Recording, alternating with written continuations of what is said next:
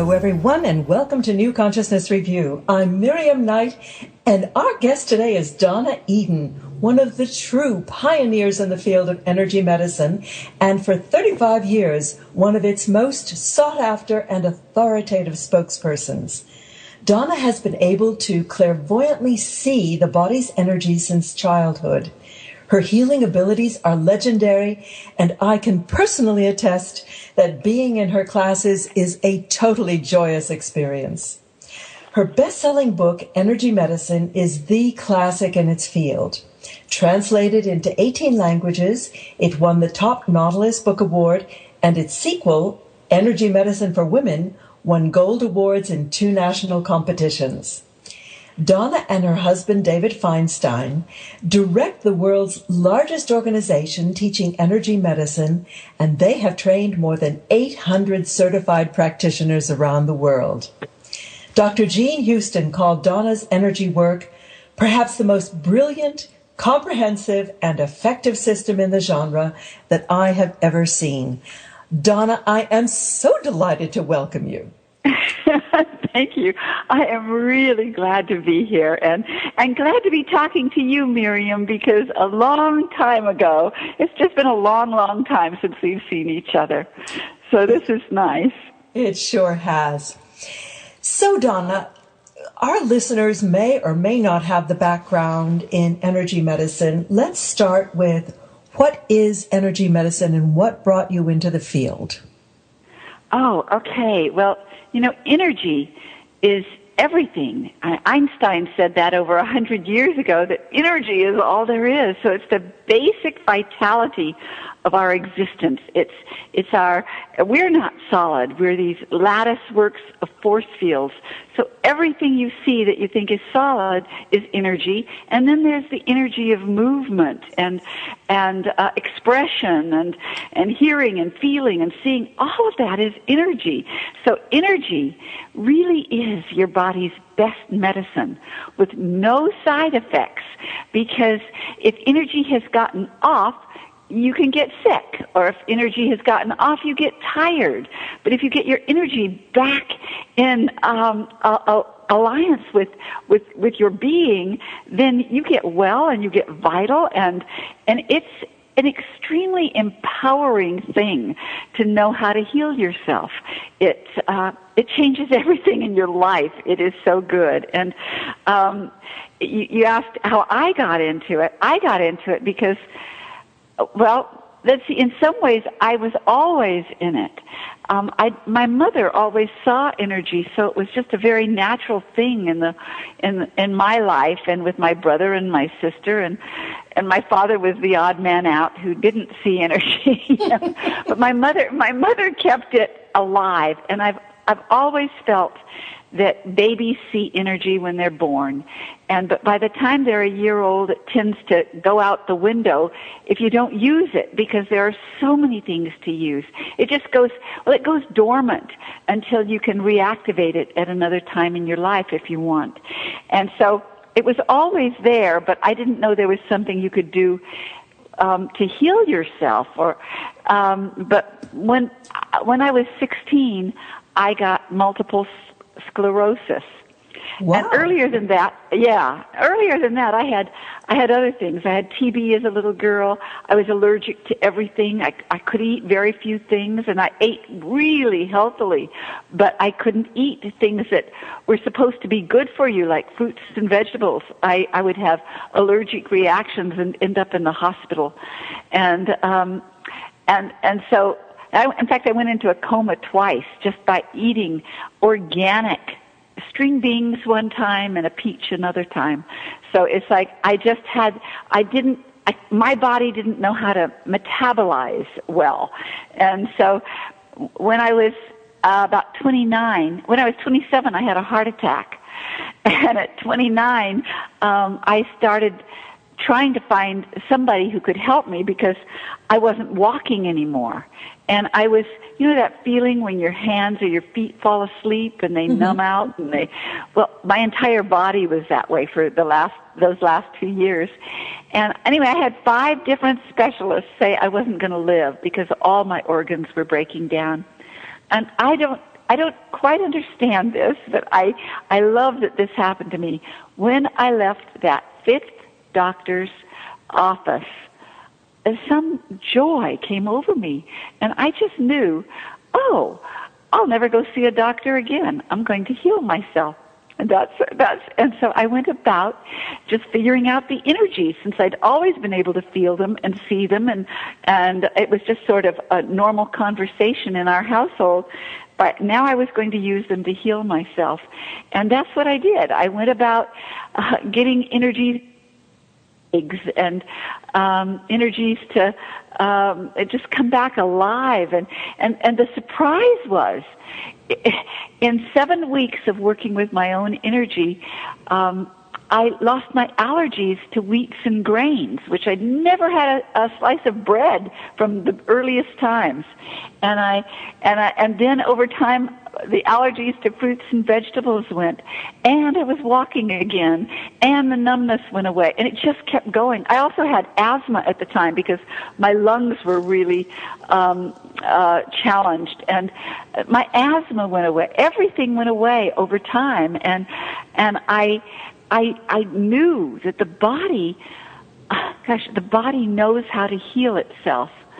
And sometimes, yes, we need somebody from the outside to help us, but sometimes when you give too many medicines and medications to the body, it's just one more thing that our immune system has to fight after a while. You know, it's like whatever our bodies didn't evolve alongside with, then that becomes something that maybe your body will decide is not good for you. So I never took medicines or anything like that ever again. And here I am today, extremely, extremely healthy without having not used Western medicine. I didn't use Western medicine. Well, anyone who has seen Donna, I mean, there's this kind of crackling ball of vibrant energy on the stage. I have never seen anyone radiate such joy of life as you do. Well, thank you. Well, you know, here's another truth about energy that is really valuable to know, is that when you start moving your energy, they free up, and you, it not only helps you be healthier and take away your aches and pains, you tap into more radiant energies inside of you. You move out of depression and stuck places. Everything gets better. Everything gets better when you, when you just use energy, because your energy systems heal and get in alignment with you, and so that's okay. So it's a really valuable thing. So let's talk about how we get energy into the body. Obviously, we get energy from sunlight. We get energy from food. We get energy from, I guess, from thought. What are the ways that you have seen or developed to get the body's energy systems moving? Well, in the beginning for me, and it turned out to be for, I had a practice for 23 years, and it ended up being what I gave everybody as a baseline in the beginning, just to straighten out their own energy systems. Yes, we receive energy from everything, but if your own energies are scrambled or really confused, then you can't even get the healing energies moving through you in the way that you need and want so that you can be healed. Your body is valiantly trying to heal you all the time. We evolved that way. We evolved with a body that already knew what to do for us. But we live in a world that is no longer natural. So we have all these unnatural energies that are constantly bombarding our cells in our bodies. And that's why we have to do something in the beginning to straighten out our energies. And then when we receive energy energy, if it's not good for us, our bodies either will know how to metabolize it, say no to it in the first place, or put energies around your body that actually protect you from some of the negative energies around you. So I always taught everybody a 5-minute routine, and it's just simple things. It's just 7 different things that you do right away. There's one to make sure, just unscramble your energies that may get confused. Like maybe if you can't think straight, your energies are scrambled. Say you can't get your energy going when you're trying to just take a walk and you keep feeling exhausted from just walking. Your energies may be homolateral, which means they're not crossing over at all. And they are just, or maybe, just walking forward, you're losing your energy because your energies are now going backwards. Maybe your head is stuffed and you've got to open up the channels on your head. There's so many different things you can do, but they're simple. They're easy, they're user-friendly, and I want the whole world to know how to heal themselves. And I really believe that children, it should be a part of every school system, teaching kids how to feel better when they're suddenly not feeling better, or to even be conscious of, oh, my energies are scrambled, or, oh, gosh, I walked forward and lost my energy. There's something I can do for it. I mean, it changes everything, and it helps you learn better. When your energies are all flowing as they are meant to, then you can learn better at any age. Did I answer the question? Did I answer your question? I went off. Of course. You answered the question, raising a whole lot more. So, I mean, energy medicine has been around for ages, hasn't it? I mean, first of all, I believe that energy medicine was the first medicine on the planet. Of course it was. I mean, early people did not have a doctor to run to, didn't have information in their brains, but they were more, they could connect with their own innate energy. So they learned over time, just so it became a part of their instinct, to rub their tummies when their tummies hurt, or just to figure things out. One of the things I often do in a class is start showing the things that people do instinctually, and then make sure that I say in the class that you did that instinctually because you carry that forth, you carry it in your bones, in your DNA from millions of years ago. And then I tell them what that particular instinctive reflex did. Like when people throw their hands to their forehead, and lay their whole hand on their forehead, and when they get stressed or shocked by something, you throw your hand up to your forehead. Do you know what I mean? Have you ever done it? When you feel stressed, you sometimes put your hand to your forehead?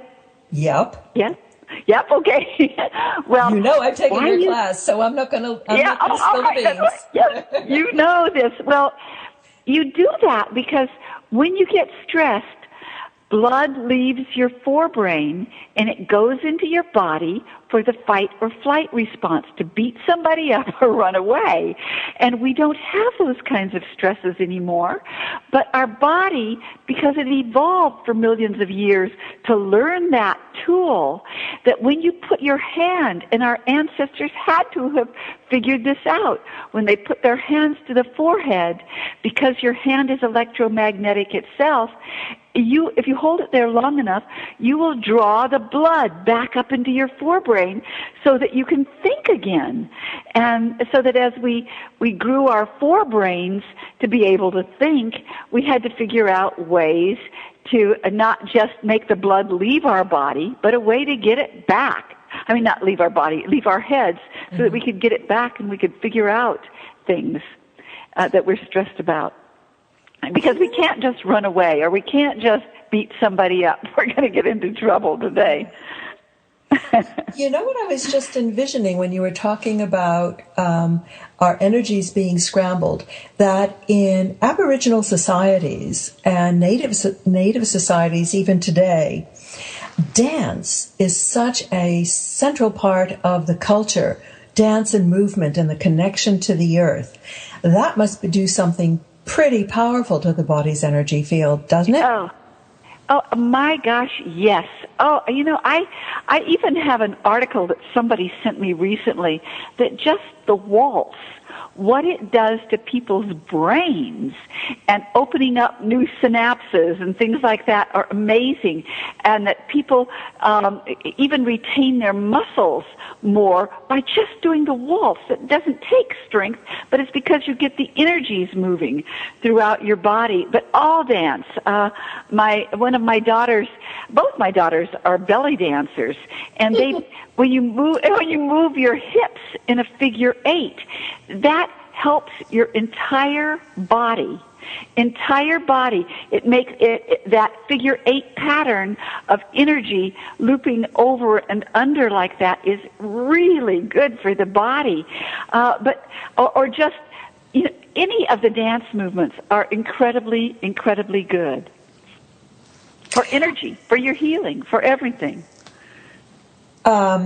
I know that you teach some very simple exercises that people could pick up even over the radio. Can you share one of them or two of them with us?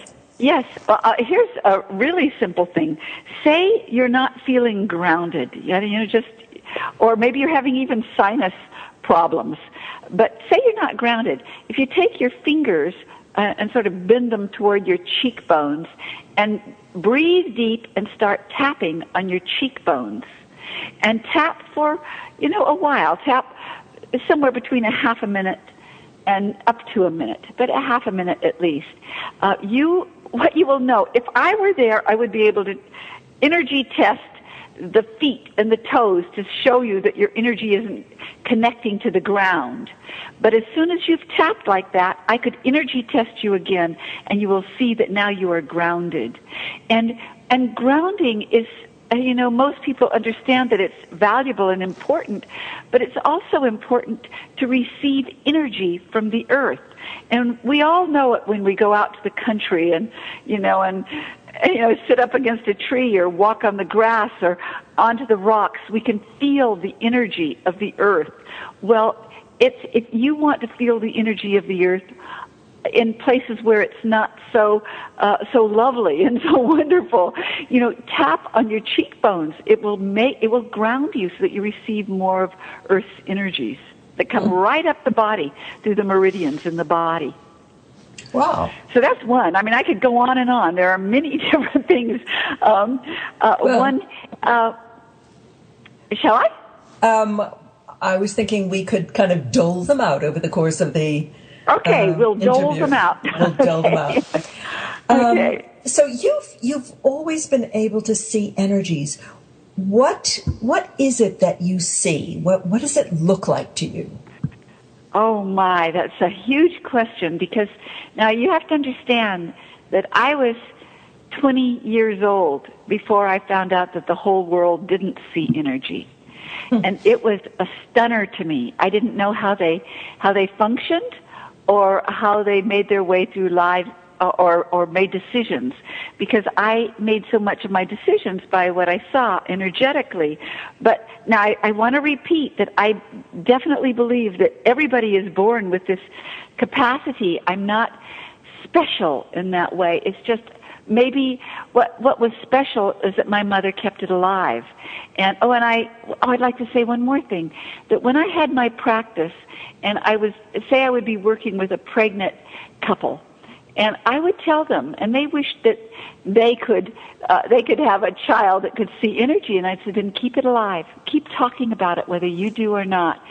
Keep it alive in that first year of life, and chances are they will continue to see energy. And I saw that over and over again throughout those years, that kids would grow up and come and see me from school or something, and would talk about what they were seeing and the colors they were seeing around a person. And usually most people see, when they begin to see energy, they will often begin to see the aura around the body. And yes, I see that, but if you see it, I've seen it all my life. It becomes more and more. You see more and more, like not just the auras and all the bands of energy that go around the body, but I see chakras and the meridian lines.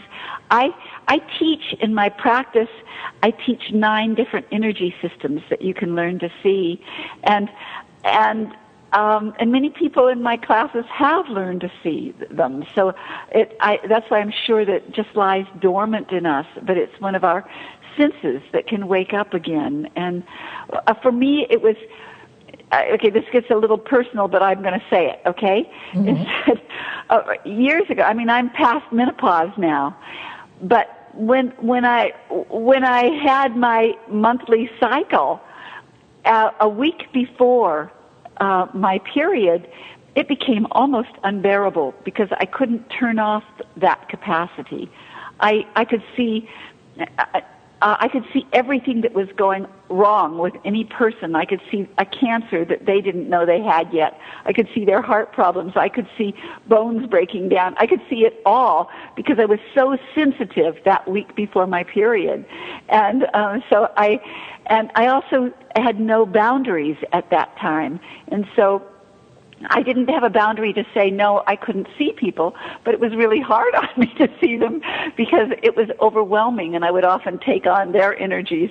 But it's everything, it's everything. I think the best thing that I love about seeing energy is, and I've had this in classes, and I've certainly had this in my private practice, when somebody comes who has a low self-esteem or something like that, I can tell them honestly about their energies that they simply haven't been in touch with, and then start teaching them how to be in touch with those energies that are magnificent energies that could break through that low self-esteem and make them, and just really lift them up, and also give them, often seeing the talents that might be laying really low in a deep level of a chakra. And so I think that's been my biggest joy. And also people who've been depressed, to see them lift up out of depression and then tap into their radiant circuits of energy that make them happy. And often that's when people will begin to see energy. I had an interesting kind of woo-ish thought while you were talking about your hypersensitivity, because a week before the period would be sort of the period of ovulation. Yes. Well, it's right. Yeah. And that would be when your body is preparing itself to accept a new life, a new energy into it. And so you're just creating this open welcome mat for... That's right. Yes, that's a really good way of saying it, because there was no way I could close anything down. Nothing. Thank you for saying that. That is a really good way to say that. It was... Yeah. I was also incredibly psychic, and I lived in a small town in Ashland, Oregon, and I knew most people there, and people would literally have it on their calendars the week before my period because they wanted to set up an appointment then. Either that or to avoid you like the plague.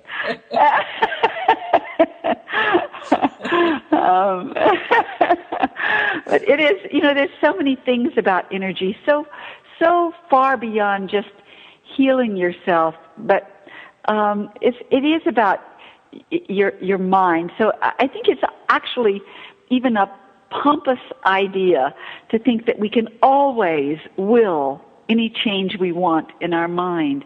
When the energy has closed down in the head and you don't have all your blood there, you can't, and sometimes people can be feeling really bad and they can't just snap out of it. But, and this is the truth, if you can shift your energy, you will shift your mind, because energy travels, from your toes all the way up through your brain. And so just shift your energy and things, Time for another tip from Donna. How do you shift energy quickly? And then the other thing that happens to people is that, energy forms habits. So say maybe you have had really good reason to suffer in your life, but maybe it has also just become a habit over time, and you have reason now to be happier, but you can't shake the habit. So energy medicine can teach you about changing the habits that are negative inside you. I mean, it's a jack of all trades, energy medicine is, and I just can't imagine living without it. That's how I feel. I cannot imagine. I think one of the most amazing anecdotes I recall from your class was when you were dealing with somebody with a phantom limb. Yeah. I've actually had several, but I think I've told in classes sometimes about these two men came and one man did not have any legs from above his knees. He didn't have any legs, and he actually one of his legs was completely gone to his hip, and the other one was almost to his knee. But he was in terrible pain on his feet, and but there was no feet there. Mm-hmm. And what I know is, and this is an important thing to grasp, meridians and energy travels to complete cycles. So if you have energy in your hips, say, believe me, it's going to still want to go off where your leg once was. So I just followed the energy line, and I could feel it and see it. And so I went down to where his toes were and just started opening up the channels up his leg. And one particular, I remember it was bladder meridian, because it goes straight up the back of the leg and behind the knee, where his knee was always hurting too. And anyway, it took the pain away right away. Within about 2 minutes, there was no pain whatsoever.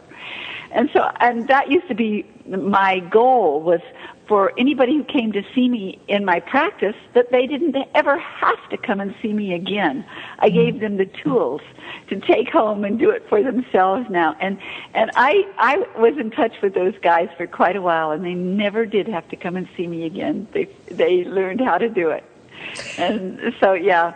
But this is such a startling illustration of how the body's energy field remains intact. It's really a question, no matter what happens to the body, it's a question of just opening the channels so that the energy flows. Yes, thank you. That's said really well. That's exactly right. Exactly right. I had most recently a woman in my classes came, and she was born with most of her hand mangled. She had 2 fingers and then a wrist that was about half the size of a wrist. And she had learned how to hold with her baby finger and her 4th finger. She could hold a pen and kind of write with it, which is an amazing thing. But it tired her so much, it exhausted her, that she didn't like to do it very much. And so what she really came to the class for was there a way to strengthen her wrists and help her hand feel like it was more whole, so that it didn't constantly pull from her shoulders and the rest of her body. And that's what we did, because her energetically, her other 3 fingers were there, the rest of her hand was there, and her wrist was there. So that's what she did in that class. She just worked on her hand, and so then I could come by and give her another hint of what to do. But she actually is an anchor person in on the news in San Diego, and she doesn't have that problem with her hands anymore. Wow. So obviously energy medicine can be used for pain. How it is? Are there techniques that you could share? Maybe quick and easy for somebody who has chronic pain. Yes. Okay. Well, now first I want to say that if it gets confusing at all, go to energy medicine. There's an entire chapter on pain. I will give you some simple things, but I want to tell you that there's an entire chapter that's just named pain, and you can see diagrams and instructions and very simple things to do. Like, let's see, one of the things I love to do is work with acupressure.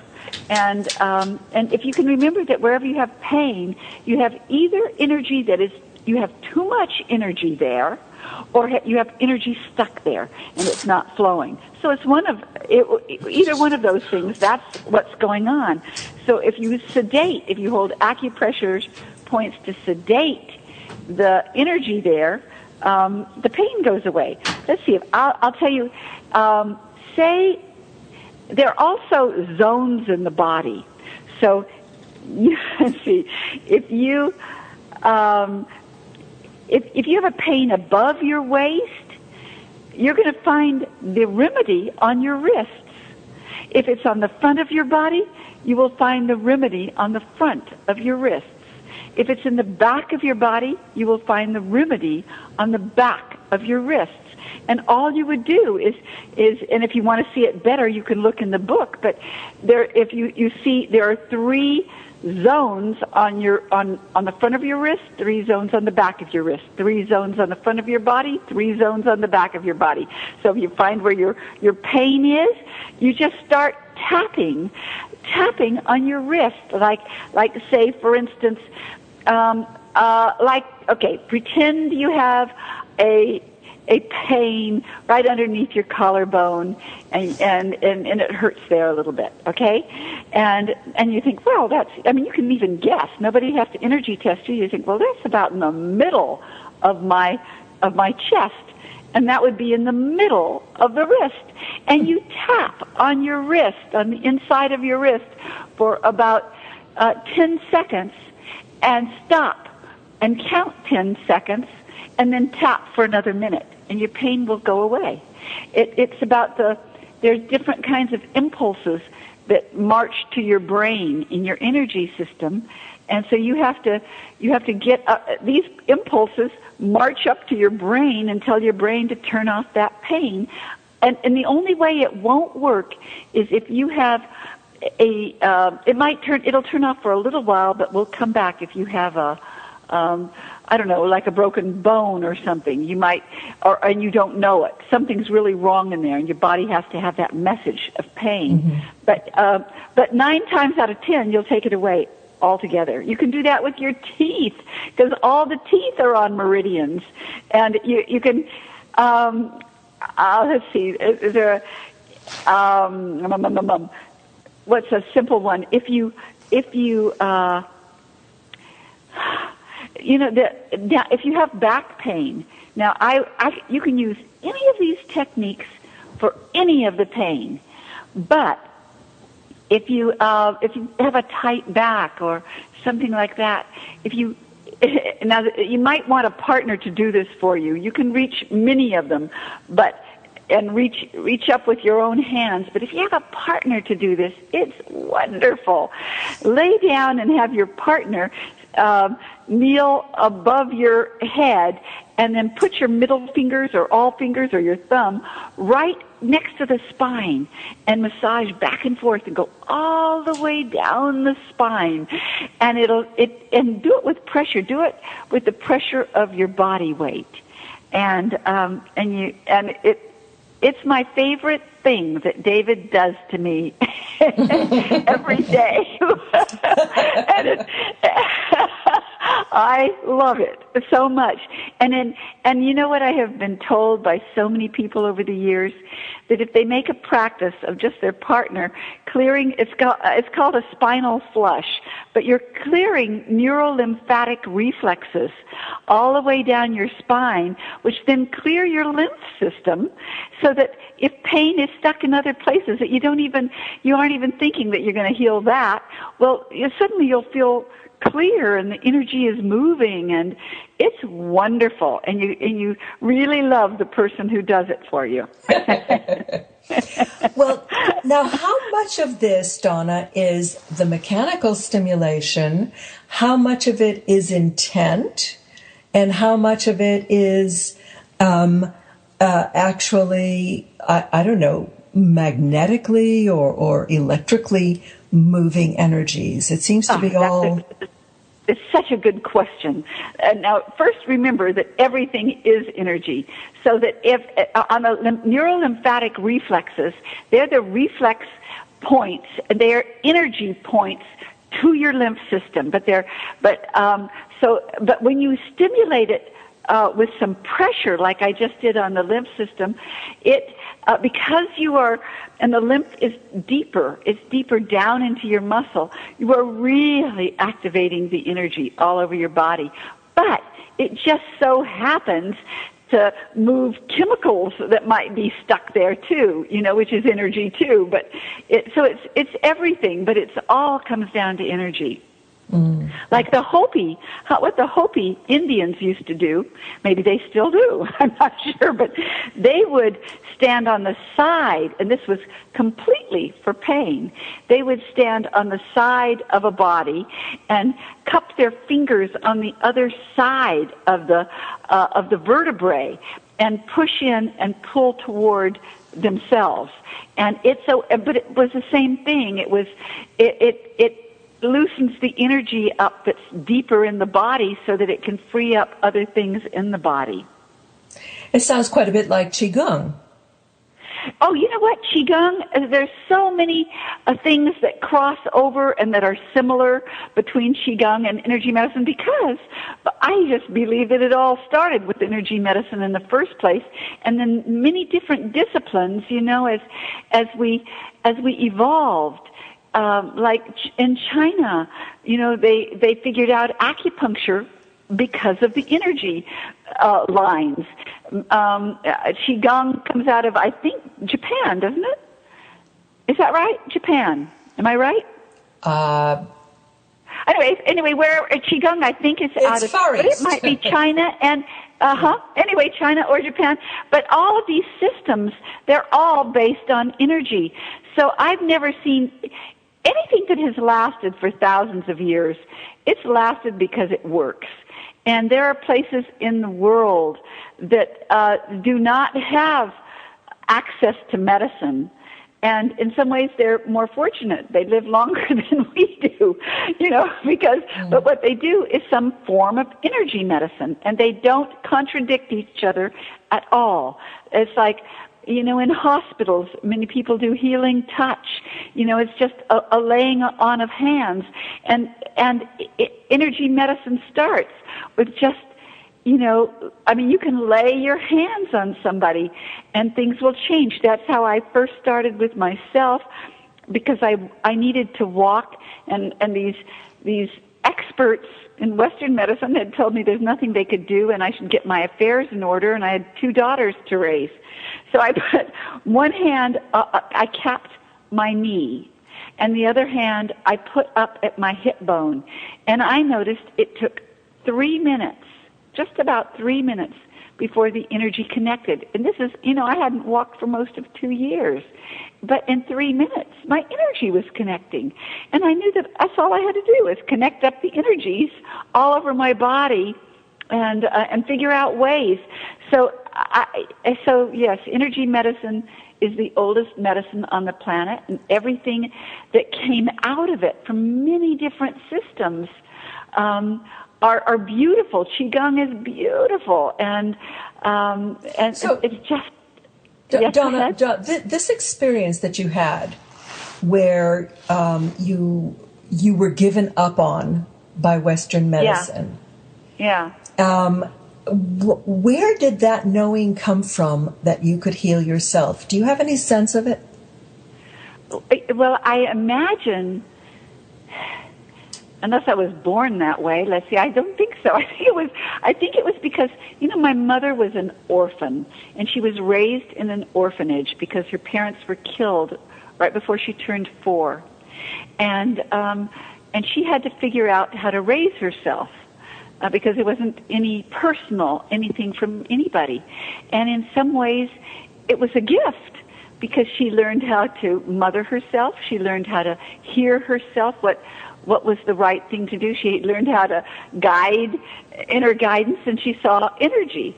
And nobody told her not to because she didn't have any parent close enough to say, oh, no, don't be saying that out in public.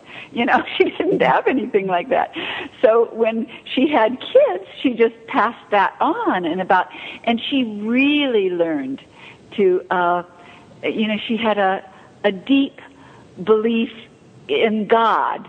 And and angels and spirits and ancestors, and believed in her mother and father who had long passed, who were guiding her. She believed in this so much, and she would hear, she would listen. So my earliest memory was listening to myself and listening to guidance from another place that I did, and it was just all so natural to me. Yeah, but it took you 29 years to get there. Well, no, when I was younger, it was really there. It was really, really there. You want to hear how I really lost it? Mm-hmm. I lost it because I married a man who said, I will have you put into a mental institution if you dare to ever speak of that again and ever say that to your daughters. And in the state of California at that time, a man could put his wife into a mental institution, and she could be in there for 2 days before a doctor even saw her. And I knew women who had gotten thrown in because their husbands got angry at them. And I had a husband who said this and felt this, and I remember my ability to see turned off. It just turned off. I mean, I always heard myself. I always listened when I was younger. And in fact, I listened so much, I never cared whether people liked me or not. I mean, I liked them, but I felt, and I liked it when people liked me, but I never took it on myself if they didn't like me. It was like, my mother would say to me, she'd say, oh, Donna, they just can't see you. It doesn't matter. They're evolving in their own way, and one day, if they know you long enough, they will like you. Those things were really valuable to me. And but it wasn't until I was 20 that I lost it all. And then, and I couldn't see anymore, and I felt like I was blind, because I was so terrified of him and terrified of his family, who, they were, I just wasn't a normal person, but I didn't know I wasn't normal till then, I thought. And so that was when I found out that the world didn't see energy. And I remember when it turned on the day I decided to leave him.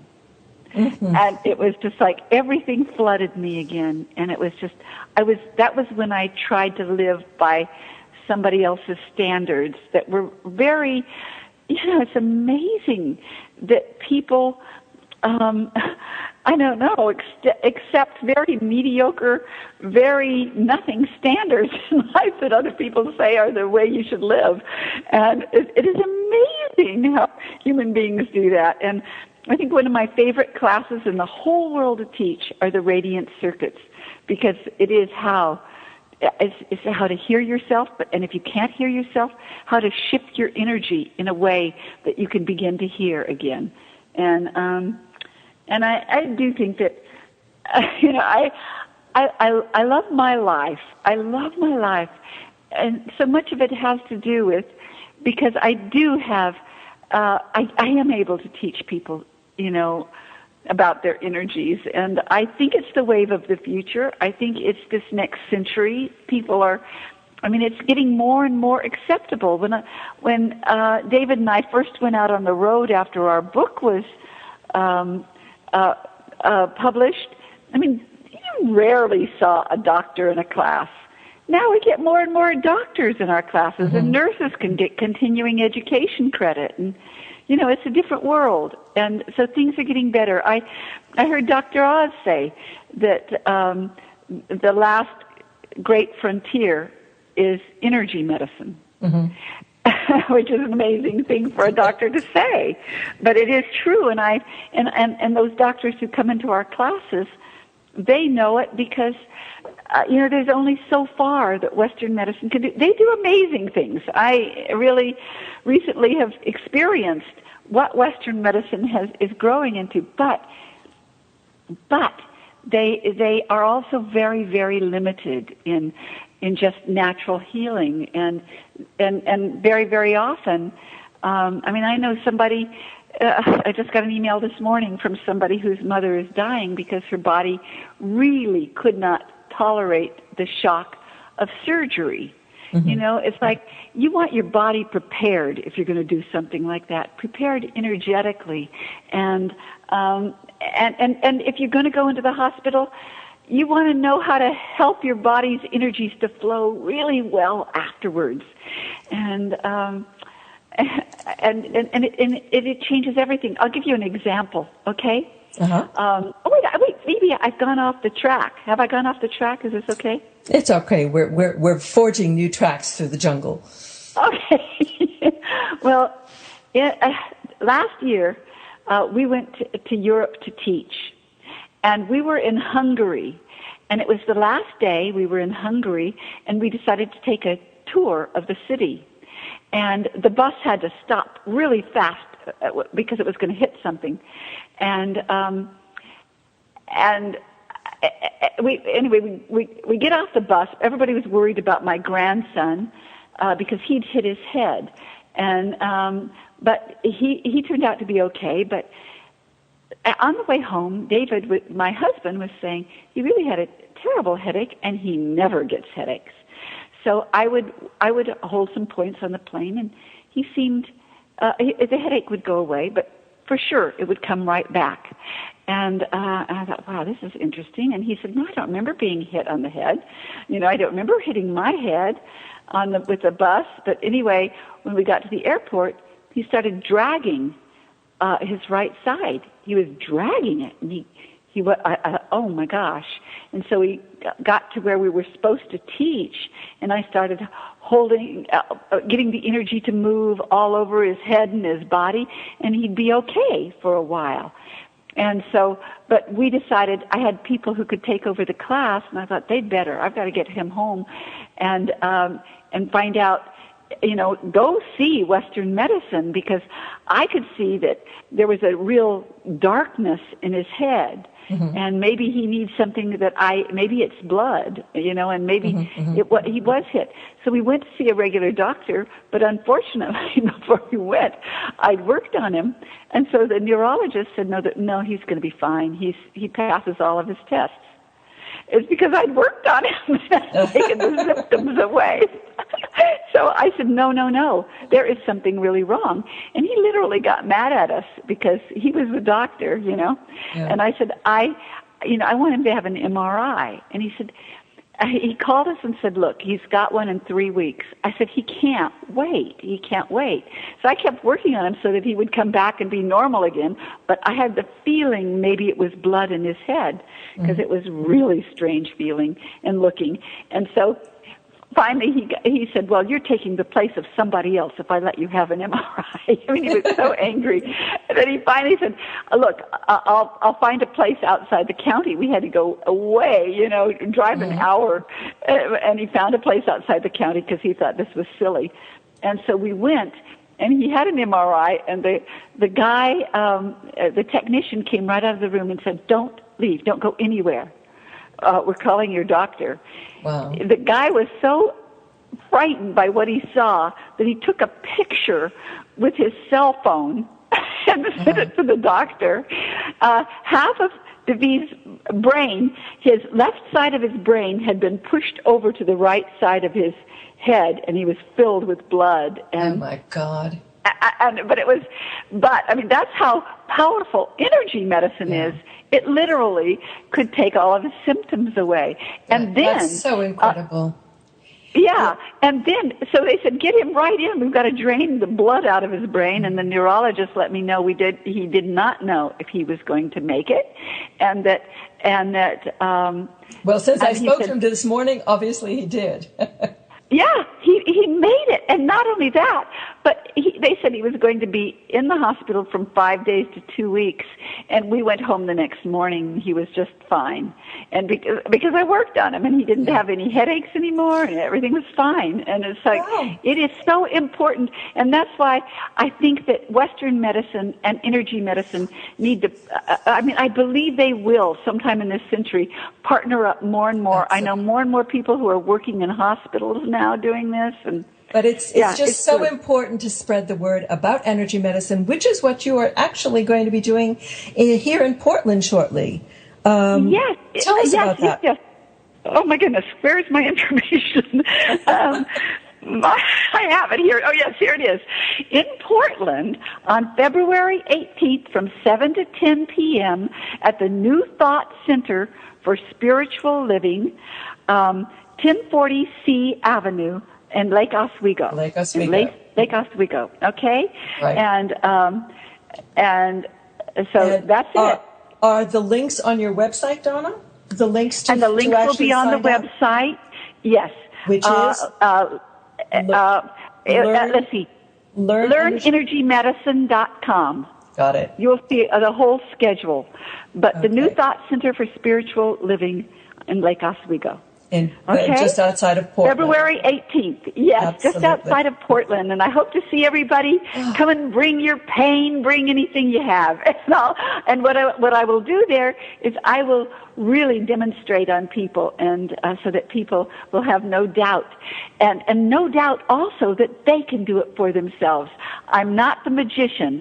I just learn the magic, and it's wonderful to know, Well, Donna, you're turning us all into magicians, and I think anybody who is in any of your classes will feel that they're touched with the magic. So, Donna Eden, author of Energy Medicine, shortly to be in Portland, Oregon. Donna, thank you so much for being with us. Oh, you're so welcome. I loved it. Thank you, and I'll see everybody there.